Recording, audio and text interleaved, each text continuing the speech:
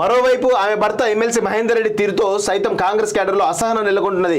తన సతీమణి గెలుపు కోసం ఉమ్మడి రంగారెడ్డి జిల్లాలో పనిచేసిన మేడ్చల్ అసెంబ్లీ సెగ్మెంట్ చెందిన మాజీ జెడ్పీటీసీలను పాతతరం టీడీపీ నేతలను కలిసి మద్దతు కోరుతున్నారని, దీంతో అసలు సిసలైన కాంగ్రెస్ నాయకులను పట్టించుకోవడం లేదని వారంతా ఆక్రోశంతో ఉన్నట్లు తెలుస్తున్నది. పార్లమెంట్ ఎన్నికల్లో వారికి కీలక బదిలీ అప్పేస్తున్నపై కాంగ్రెస్ పార్టీ క్యాడర్ తీవ్ర అసంతృప్తిలో ఉన్నారు. కష్టకాలంలో వెన్నంటి నిలిచిన తమను కాదని ప్రత్యర్థి పార్టీల నుంచి వచ్చిన వారికి ఎన్నికల బాధ్యతలు అప్పచెప్పడం వారిని నైరాశ్యంలోకి నెడుతోంది. దీంతో ఇన్నాళ్ళు ఇతర పార్టీలో ఉండి కాంగ్రెస్ ను ఆడిపోసుకొని ఇప్పుడు వచ్చి పార్టీలో ఆధిపత్యం చెలాయిస్తామంటే చూస్తూ ఊరుకోమని హెచ్చరిస్తున్నారు.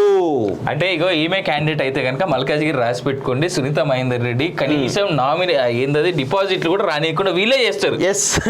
జనాలు ఓట్లేయాల్సిన పని లేదబ్బా. ఇంకొక విషయం ఏంటంటే అక్కడ ఇది కుత్బుల్లాపూర్ లో కూన శ్రీశైలం కూడా జాయిన్ అయ్యాడు వాస్తవంగా.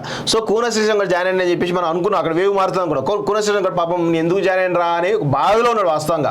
ఆయన పట్టించుకునేటోడు లేడు, పార్టీలు పట్టించుకునే పరిస్థితి లేదు. ఆయన అక్కడ బీజేపీ ఒక గౌరవం ఉండే వాస్తవంగా. కానీ ఈరోజు కాంగ్రెస్కి వచ్చి ఆయన గౌరవం మొత్తం పోతున్నాడు. ఆయన యొక్క పరిస్థితి ఏంటంటే అడకత్తెరలో పోకొచ్చే టైప్ తయారైంది వాస్తవంగా చెప్పాలంటే. Matter of fact Kuna Srisailam గౌడ్కి పార్టీలో బీజేపీలో ఉన్న రోజులు కొంచెం మంచి పొజిషన్ ఉండే.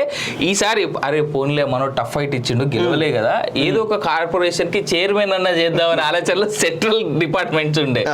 ఇక్కడ స్టేట్ నుంచి సిఫార్సు కూడా పోయింది ఆయన మీద లెటర్లు. బీసీ కమిటీ చైర్మన్ ఇంకోటో ఏదో ఒక దానికి చైర్మన్షిప్ అన్న ఇవ్వండి జర మన వాళ్ళు కూల్ అవుతాడు అనేటువంటి మాట ఇక్కడ స్టేట్ ఆఫీస్ నుంచి వెళ్ళిపోయింది సెంట్రల్ ఆఫీస్ కి. జర్రంతా ఓపిక పట్టి ఉండుంటే అయిపోయి ఏదో ఒక పొజిషన్ అయితే ఉండుంటది కదా వచ్చేది.